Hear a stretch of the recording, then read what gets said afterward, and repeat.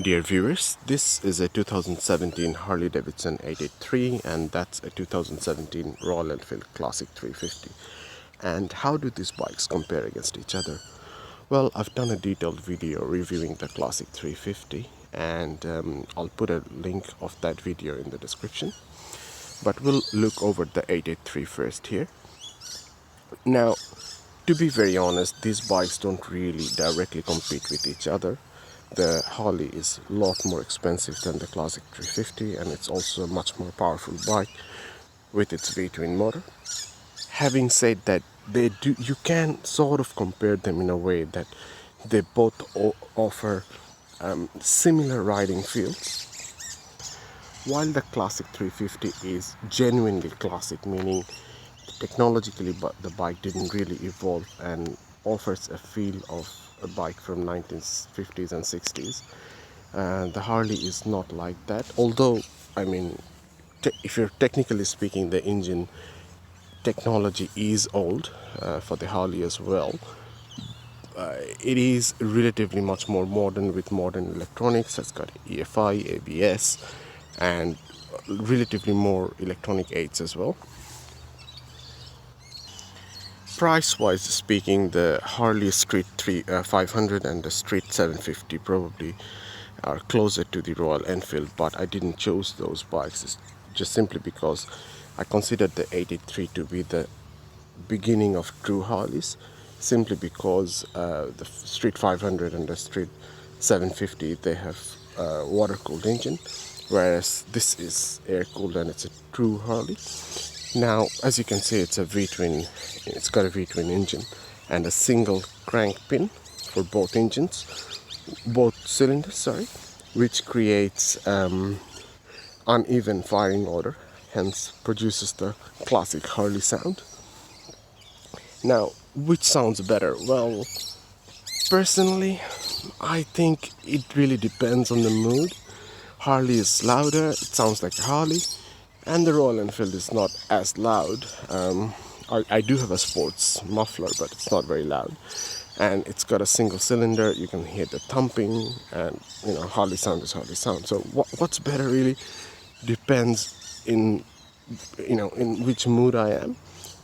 For a Sunday afternoon cruise, probably the Royal Enfield, and at other times maybe the Harley. But I'll start both up and you can decide. But as I said before, first I'll go through the controls for the Harley.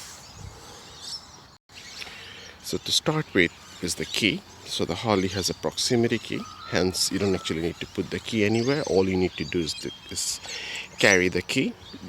Compared to that, in the Royal Enfield you actually have the key here and then you have to take the key out from the ignition and then put the key in here to lock the steering, which is very, very old school, but I mean, it is what it is, and just wanted to show you the level of difference.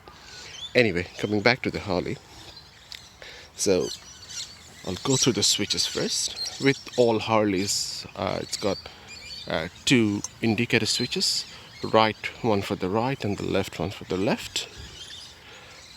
That's the ignition on and off, and that's the start button, and it's also got a hazard light as well, and a horn, and high beam, low beam, and this is the info switch with which you can get different information here about the bike, which shows time, RPM.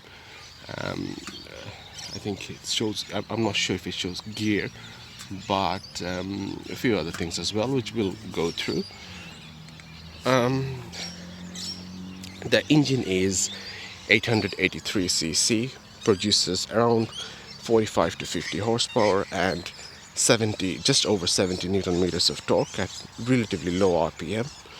And the Classic 350 is 20 horsepower, produces around 28 Newton meters of torque. Now, Harley never really releases their horsepower figures, and that's probably because they're partly embarrassed. I don't know. It's an 800cc motor and produces so low horsepower. But anyway, Harleys are not really about horsepower. It's more about the feel of the bike. So anyway, 800cc V-twin motor, front disc, rear disc, got ABS, and it's belt drive as well, which makes the bike slightly more smoother. Now, one thing you'll notice is that it's got a dry sump engine, meaning that the engine oil doesn't stay underneath or it doesn't stay in the sump under the engine.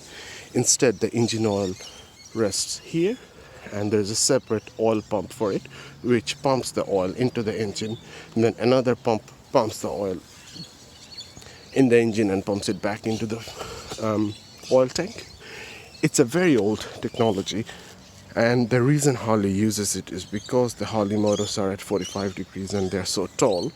If you don't use dry sump system, the ground clearance will be fairly low. That's one of the main reasons Harley uses that. Also, it's historically Harleys have always been like that.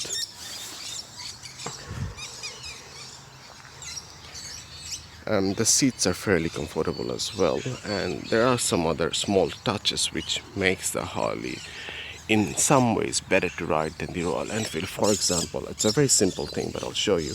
For example, the foot pegs fold. As you lean the bike, these bikes don't have much clearances or clearances for lean angle, hence you tend to touch the ground sometimes.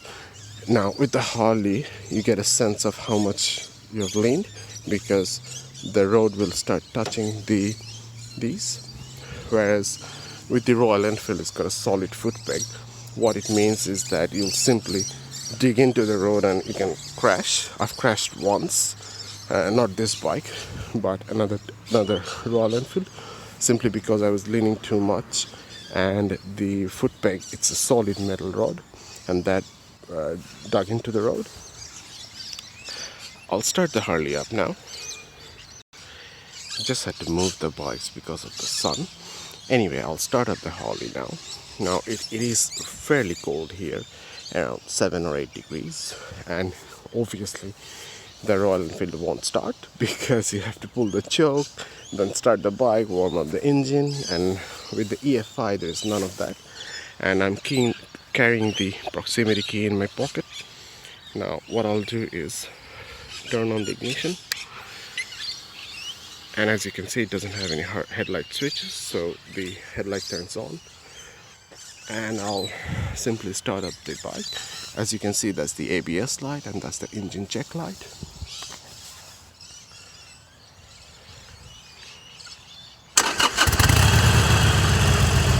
Because it's so cold, the engine is running a bit rich, hence it's running at higher RPM. As you can see, so that's the speedo, that's the RPM. The ABS light is on because the bike is stationary. As you start riding, it will go away.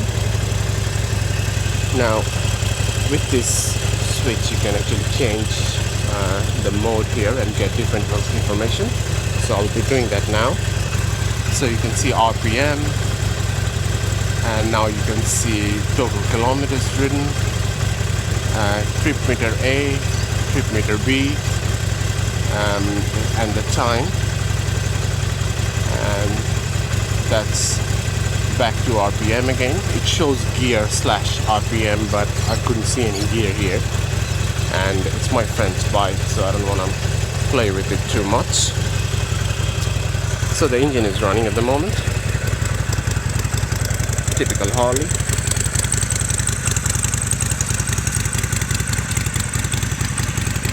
This has a stock exhaust, hence it's not obnoxiously loud like some others. And I personally like it this way. I don't like bikes to be too loud.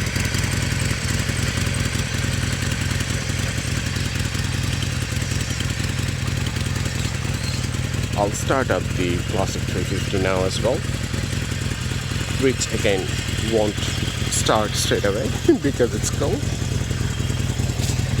Now, whether you like doing all this, procedures, pull the choke, turn on the fuel line, wait for it to warm up, it depends from person to person. I personally do like it, but not all the time anyway. Turn the ignition on. The choke is on in the moment.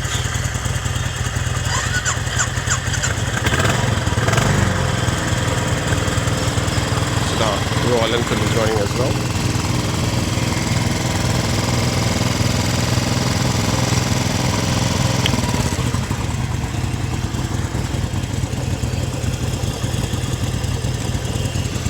They're both running now. I don't know if you can actually hear the Royal Enfield because the Harley is actually louder.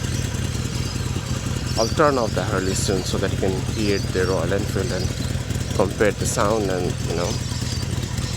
think which one is, decide which one is better. Believe it or not, physically the Royal Enfield is slightly longer and it's wider as well. It doesn't look like that in the camera, I know, but it is, or at least it feels bigger than the Harley.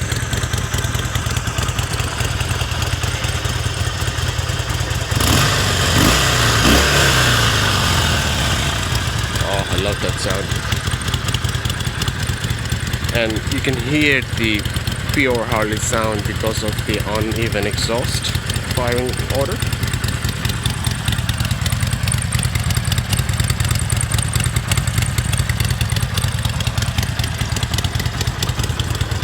I'll turn off the Harley.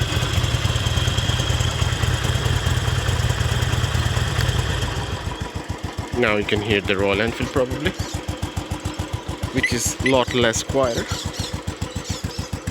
You could probably hear the Harley beep, and that's just the alarm.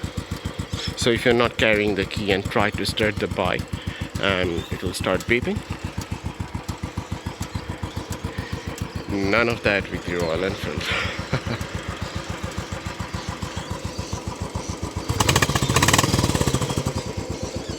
I don't know, it sounds weird, but the Harley smells better.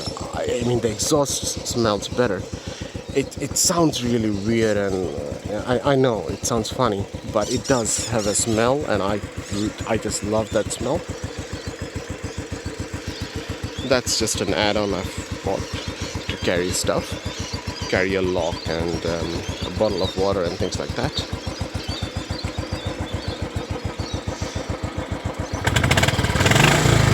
As I said, I've done a detailed video of the Royal Enfield, and you can see that as well. I've got a clock here and a thermometer, and obviously there are add-ons as well. So which one is better? Well, the Harley is a lot more powerful, goes quicker, goes up to 140, 130, 140 easily, whereas the Royal Enfield struggles to get up to 100 on flat roads. That's one part of the story, but the other side is that to sit and ride for long distances, the Royal Enfield is more comfortable. To ride in the city, it's much easier. Harley is relatively heavier and bigger, but it's got a lot more torque as well. But it's the way, I mean, it's hard to explain Royal Enfields. I mean, objectively speaking, they're not good bikes. They're not reliable, they're not fast, they're not powerful, they're heavy. They've got metal for things for which you don't really need metal, which makes the bike very heavy. And obviously Harleys are Harleys. I mean, objectively speaking, you can't really compare these bikes because the Harley is better. Having said that, as I said, there are times when I would pick the Royal Enfield over the Harley. But if I had to pick one and just one bike as my daily ride, at the end of the day I would pick the Harley, simply because it has more potential, especially if you're going on highways. The Harley is the better bike. You can cruise at highway speed. Here in Australia we cruise at 110, at places 130. Well, the reality is people ride much faster than that, and Harley can do that, whereas with the Royal Enfield you're kind of stuck at 85, 90, because anything above that is just too uncomfortable. Also, obviously the Harley is a much more expensive bike with better technology, and when I'm going to work in the morning, I really want to start the bike and leave. I don't want to wait for it to warm up blah blah blah. Whereas on a Sunday afternoon, it's fine, and I can wait for the bike to warm up and play with it. So yeah, if I had to pick one, I would pick the Harley. Having said that, I would miss riding the Royal Enfield. Anyway, guys, thanks for watching the videos. If you got something to add, please add in the comment section. And it's time to ride both of them. I guess I'm a lucky man.